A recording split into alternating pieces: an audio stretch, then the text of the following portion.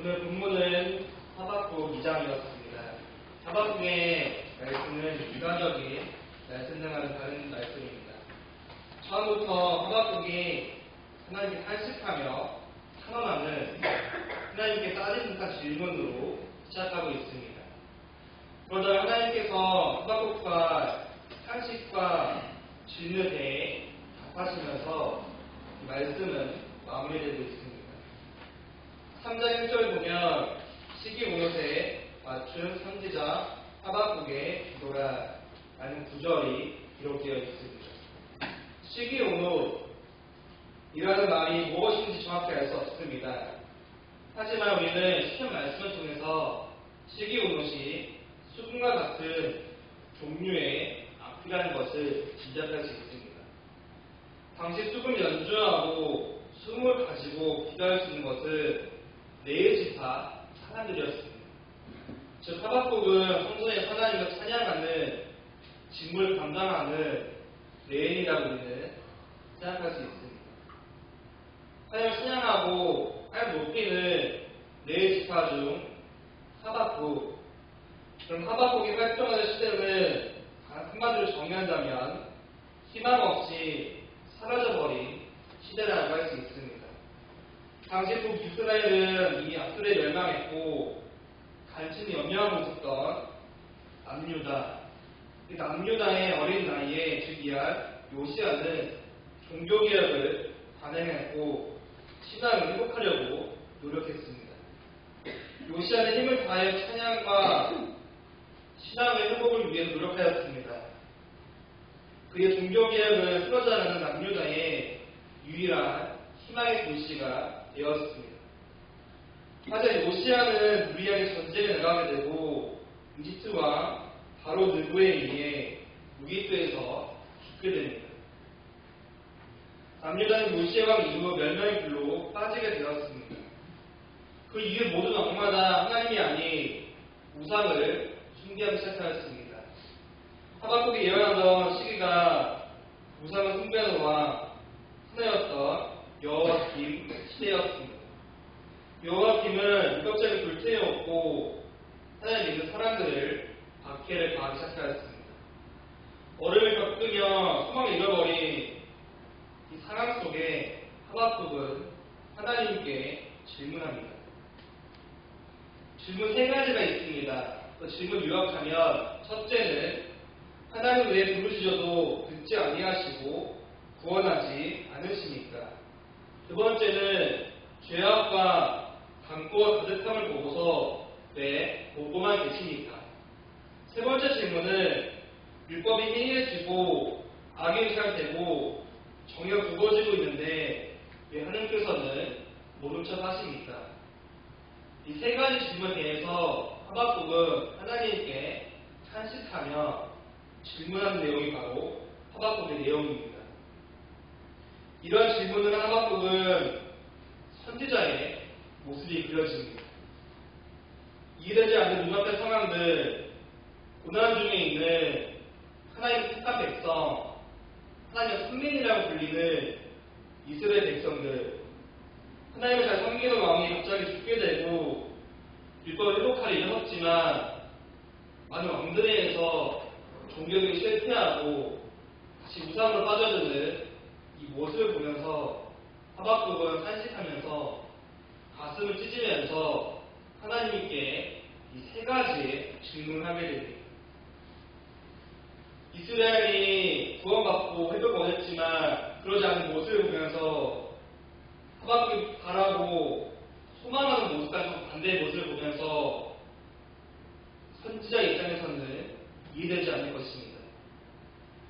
하박국은 왜 어째서 하나님 이것을 보고만 계시니까 악이 잘 되고 있는데 왜 우리를 구하지 않으십니까? 그리고 하나님께 따지듯이 세 가지 질문을 한 것입니다.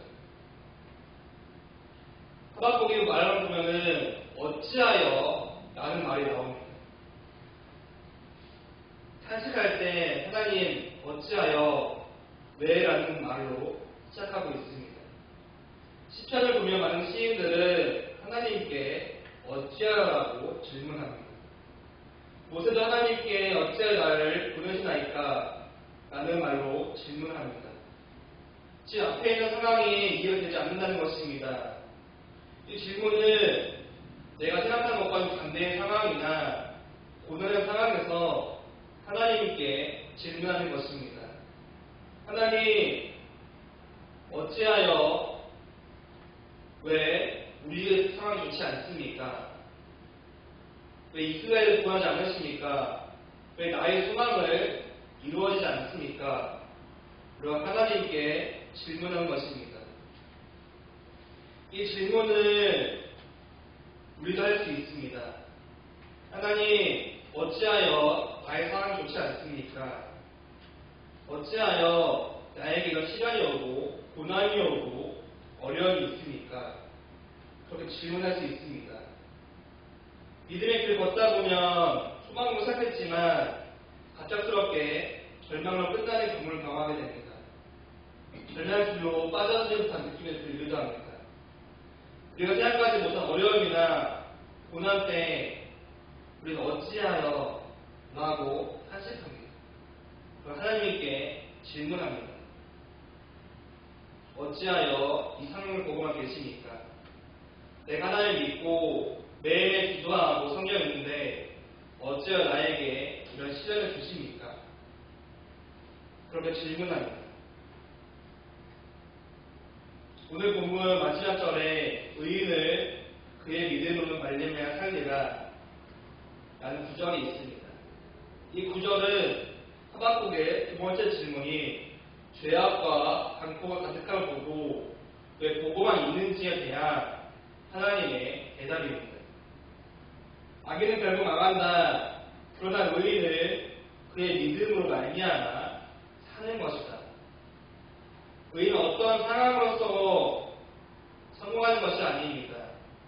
그 상황 때문에 사는 것이 아닙니다. 의인은 조건 때문에 감사하는 사람들도 아닙니다. 비록 죄악과 강포가 있는 이 시기지만 하나님께서는 의인을 믿음으로 말미암아 산지라 라는 대답을 하박국과 우리에게 주십니다. 우리 언제나 믿음으로 사는 사람들이 의인이며 그리스도인 것입니다. 우리의 삶은 언제나 믿음이어야 합니다. 그리고 믿음일 수밖에 없습니다. 어려울수록 믿음으로 살아가야 합니다. 하나님께서는 믿음으로 사는 사람을 보며 은혜를 인도하시고 상황을 뛰어넘어서 우리에게 큰 것을 줄 준비를 하고 계십니다. 요셉을 보도록 하겠습니다. 요셉은 형제들을 위해 종으로 팔려갔습니다. 종이라는 신분으로 상황이 바뀌었습니다. 보디발의 집에서 인정을 받으며 상황이 바뀔 것을 기대할 수 있습니다. 하지만 보디발의 아내가 요셉을 유혹합니다. 이 보디발의 아내의 유혹은 단순한 유혹이 아닙니다. 막강한 힘이 더해진 유혹입니다. 보디발은 요셉에게 모든 것을 위임하였습니다. 하지만 요셉은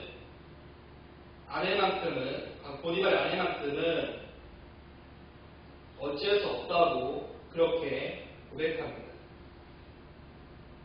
내 주인이 집안의 모든 소유를 간섭하지 아니하고 다 내 손에 위탁하였으니 이 집에는 나보다 큰 이가 없으며 주인이 아무것도 내게 금하지 아니하였어도 금한 것은 당신뿐이니 당신은 그의 아내이니라. 그런즉 내가 어찌 이 큰 악을 행하여 하나님께 죄를 지으리이까. 이런 말을 하면서 보디발 아내의 유혹을 뿌리칩니다. 요셉은 하나님 앞에서 죄를 짓지 않았습니다. 믿음으로 나아갔습니다. 만약 요셉이 보디발 아내의 유혹에 흔들렸다면 요셉은 아마 여기서 끝날 수 있었습니다. 하지만 요셉은 그 상황을 선택하지 않았습니다. 믿음을 선택하였고 결국 승리의 기쁨을 맛보게 되었습니다. 하나님께서는 유혹의 소유가 있는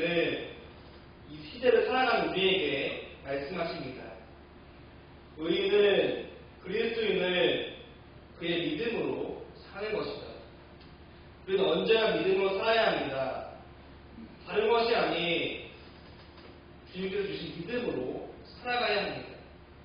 우리의 신앙과 감사는 조건에 있는 것이 아닙니다. 하박국 선지자처럼 소망가지고 사라졌다고 생각할 수 있습니다. 탄식하며 하나님께 어찌하여 내게 이렇게 질문할 수도 있습니다. 눈물 골짜기로 갈 수도 있습니다. 하나님께서는 우리에게 의는 믿음으로 살아야 한다고 응답해 주십니다. 하나님의 답은 오직 믿음입니다. 믿음만이 우리를 이 상황 속에서 건져낼 수 있고 구원받을 수 있습니다. 어려운 상황이지만 믿음으로 사는 것이 하나님이 기뻐하시고 원하시는 우리의 모습입니다. 이것이 복음에서 살아가는 모습이며 하나님을 주로 고백하는 자의 모습입니다. 우리가 믿음으로 나아간다면 하나님께서는 응답하시고 상황을 역전할 힘도 주시는 것입니다. 일단 믿음은 무엇입니까? 하나님을 의지하는 것이 바로 믿음입니다. 이 세상은 유혹이 너무 많이 있습니다. 이 교회 밖에도 유혹이 있고 찾길에도 우리가 무단횡단하겠다는 그런 유혹이 있습니다. 누구 만나더라도 우리는 유혹을 받습니다. 그 유혹을 견디지 못하는 것은 무엇 때문입니까? 하나님을 의지하지 않고 나를 의지하고 세상을 의지하기 때문에 유혹에 우리는 빠져드는 것입니다. 하지만 우리는 나를 의지하는 것이 아니라 사람을 의지하는 것이 아니라 상황을 의지하는 것이 아니라 하나님의 믿는 믿음, 하나님만을 주로 고백하면서 하나님 인정함, 하나님께 모든 것을 내어놓아야 합니다. 언제나 믿음으로 복음에 합당한 삶을 살아가기 위해서 우리는 노력해야 합니다. 말로만 믿음으로 살겠습니다. 하나님 내가 믿음을 주셨으니 나를 구해주셨으니 내가 이제부터 믿음으로 살겠습니다. 라는 고백이 아니라 삶을 통하여서 하나님의 도우심과 이끄심을 경험해야 합니다. 사람들이 신천지에 빠진 이유가 무엇인지 아십니까? 그 상황에 맞는 말을 하기 때문입니다. 내가 힘든 상황이 있는데 그 상황을 먼저 알아주기 때문에 사람들이 신천지에 빠지고 이단에 빠지는 것입니다. 우리는 상황 너머에 하나님을 바라보아야 합니다. 이 상황이 아무리 어려울지라도 많은 사람들이 나를 유혹하고 다른 길을 가자고 말해도 그 상황을 넘어서 하나님만을 바라보아야 합니다. 하박국의 세 가지 질문 중 두 번째 질문. 죄악과 강포가 심해지는데 왜 바라보고만 계십니까? 하박국은 상황을 보았습니다. 현재 이러한데 하나님께서는 왜 가만히 계십니까? 라고 질문했습니다. 하나님께서는 4절 말씀에 이렇게 말씀하고 있습니다. 4절 제가 다시 읽도록 하겠습니다. 보라, 그의 마음을 교만하며 그 속에서 정직하지 못하나 의인은 그의 믿음으로 말미암아 살리라. 의인은 그의 믿음으로 말미암아 살리라. 그 전에 말씀이 있습니다. 마음이 교만하며 그 속에서 정직하지 못하나 하지만 너는 의인은 믿음으로 살아야 한다. 다른 사람을 보는 것이 아니라 내가 의인인지 아닌지 먼저 확인해야 합니다. 하나님, 저 사람이 저렇게 살고 있는데 어떻게 해야 합니까? 하나님께서는 저 사람을 벌하겠다. 아니면 그 사람을 내가 심판하겠다. 그렇게 말씀하지 않으십니다. 그 대신에 의인은 믿음을 알며 살리라. 당황했을 것입니다. 그러나 그들이 아니었습니다. 하지만 우리는 의인입니다. 그리스도인입니다. 무엇으로 살아야 합니까?